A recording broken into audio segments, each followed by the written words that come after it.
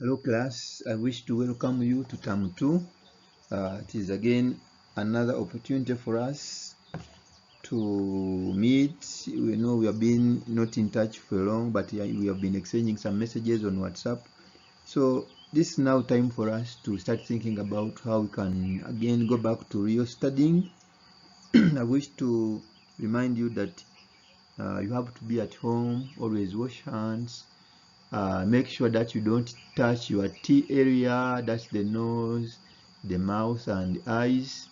Wash hands regularly and follow precautions from the Ministry of Health, and then also support other family members to understand the message clearly. Don't follow fake news. Please follow information which is reliable and should be from reliable sources.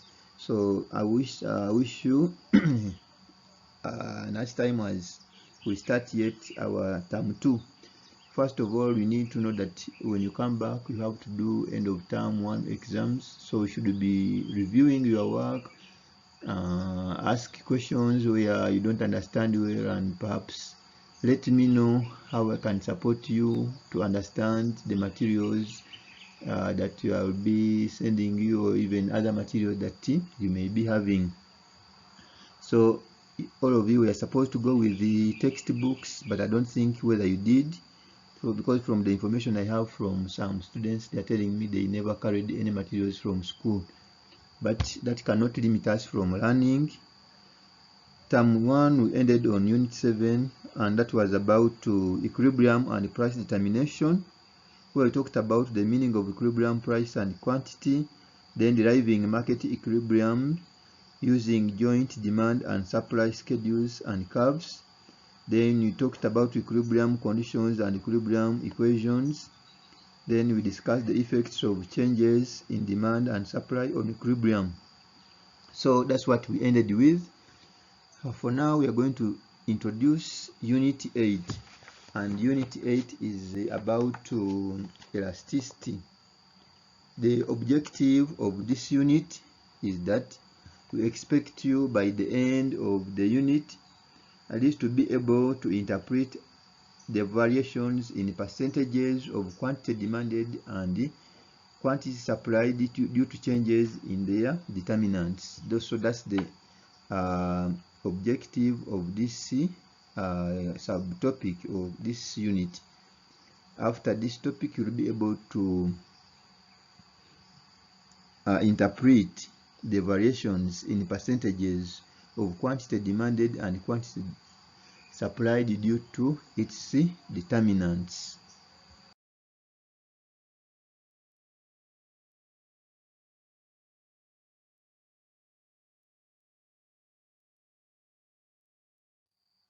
So class, when talk about elasticity, I don't know whether you clearly understand that, but I think from your previous knowledge, from physics, exactly physics, I think some of you know what elasticity is. Maybe you can take a moment and think about what it is before maybe we can continue. Like when you apply force to a rubber band by pulling it, it stretches. But if you apply the same force to a piece of wood, it does not stretch. So the rubber band is elastic and the piece of wood is inelastic. So from there, I think we can now try to guess what we are going to talk about. For instance, if you got a rubber band and you pull it, you see that it keeps on contracting and expanding. So depending on the direction where you are taking it, and then the piece of wood, for it is static. You cannot increase it in size, or you cannot bend it, or so for it is inelastic. And then you have to remember what you talked about the demand function. We said demand function is a technical statement that displays the relationship between the quantity demanded of a commodity and the factor that influence its quantity demanded. So when you are discussing about elasticity, we are going to look at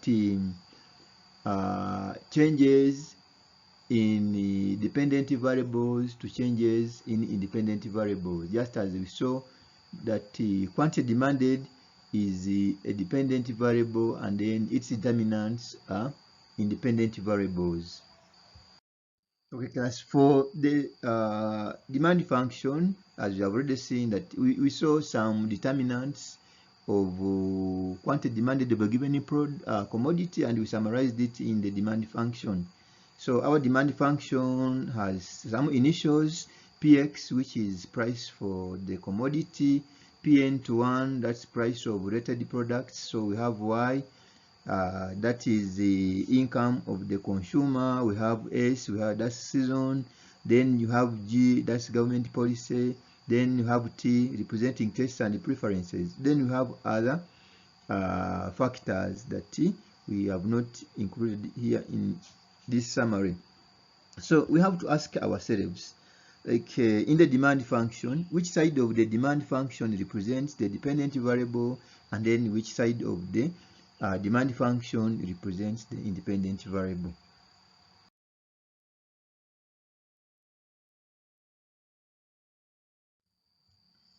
Okay, to answer our question that we asked ourselves before, which side of the demand function represents the dependent variable, and then which side of demand function represents independent variables.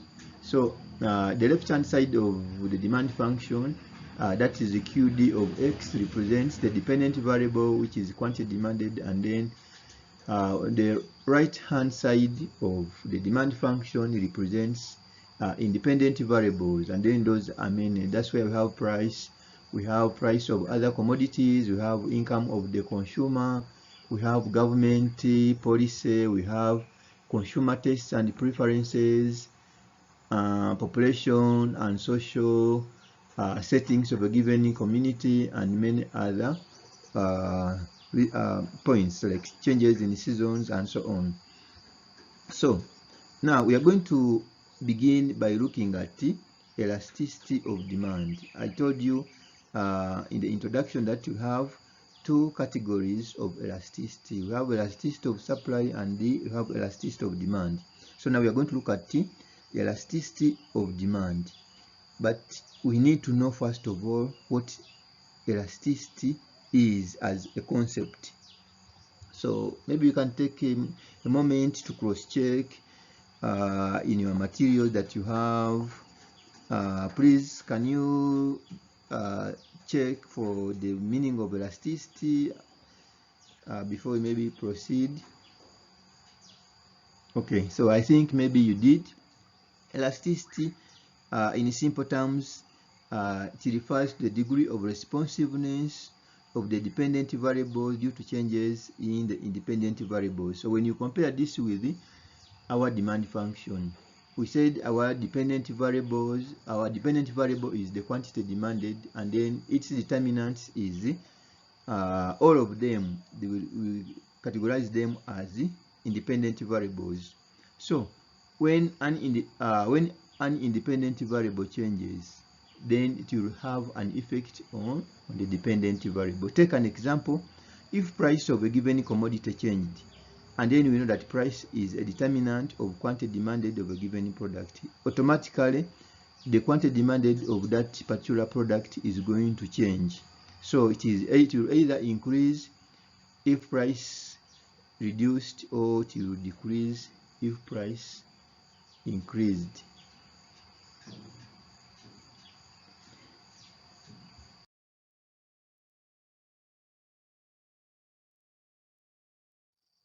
Thank you again. In reality, we have 5 types of price elasticity of demand, as we are going to see. So the first one is the price elasticity of demand.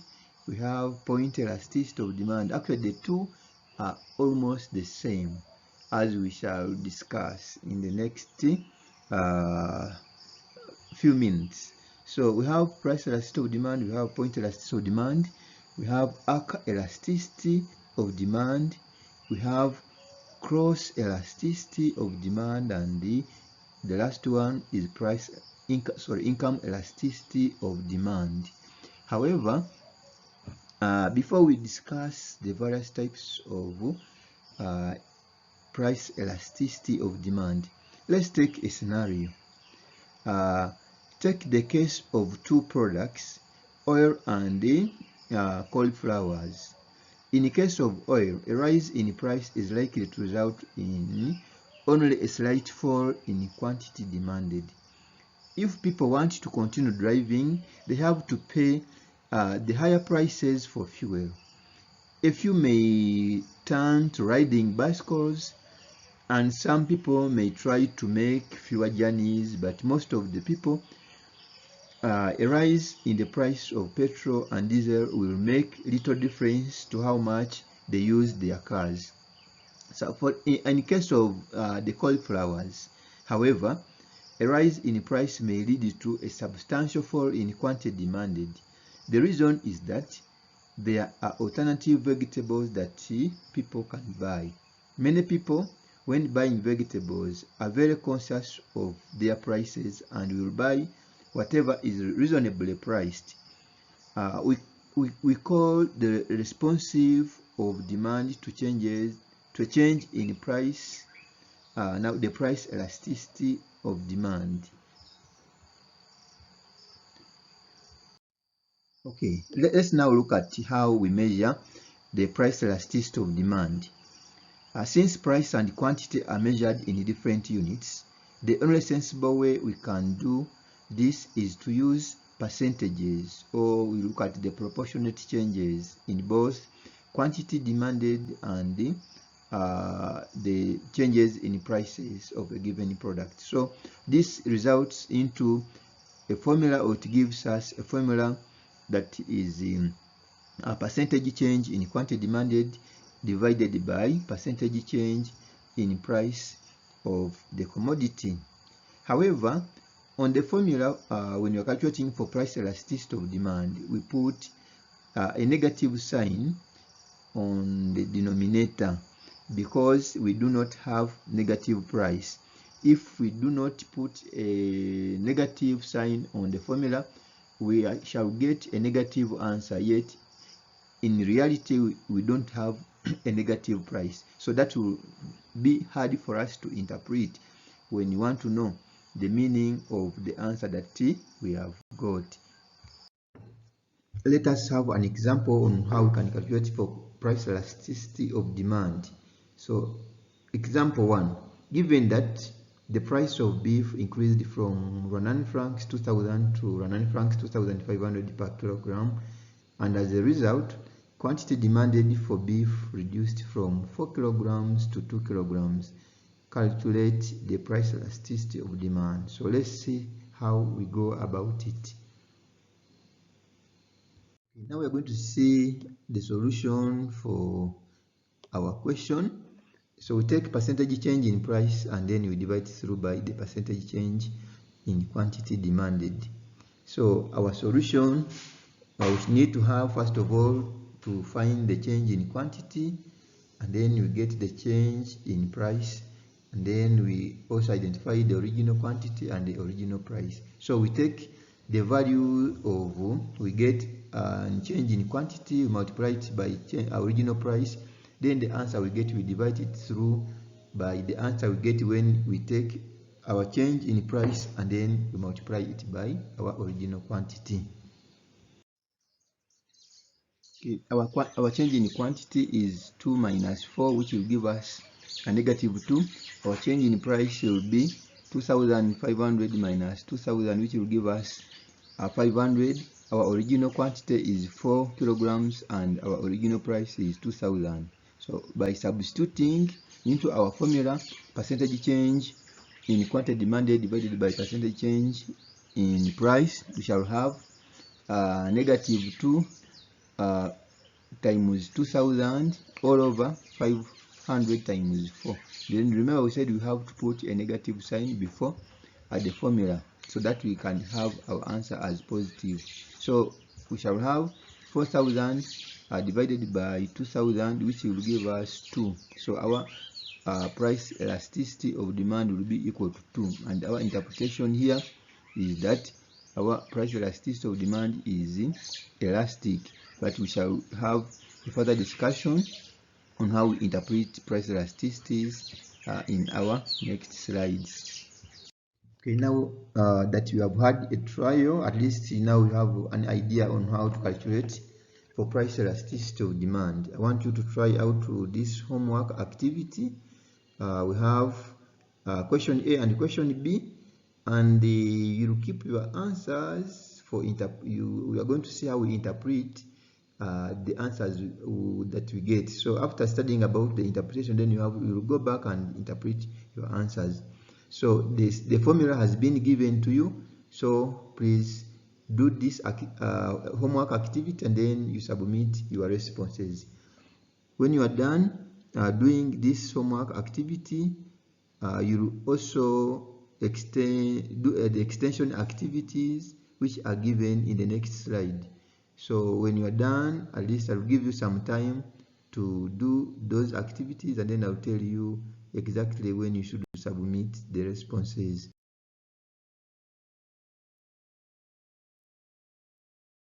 Let us now look at how we interpret our answers when we calculate for price elasticity of demand. So what you have to understand first of all is that price elasticity of demand ranges from 0 to infinity. So there are 5 options. You can get your answer when it is equal to 0.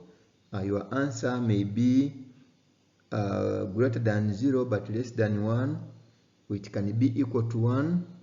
It can be greater than 1, or it can be equal to infinity. So let's first see if you get an answer when it is equal to 0, what does it mean? So when your price elasticity of demand is equal to 0, this means that the quantity demanded does not respond to changes in price at all. And that one we call it perfectly inelastic demand. And the second answer or interpretation, when your answer is greater than 0 but less than 1, that one we refer to it as inelastic demand. This is where price elasticity of demand is greater than 0 but less than 1. It means that a big proportionate change in price leads to a smaller percentage change in quantity demanded. Okay, let's move on to the next interpretations. If you calculate and then you find that you have 1 as your answer, that type of price elasticity of demand, we refer to it as unitary elastic demand. This is when the price elasticity of demand is equal to 1.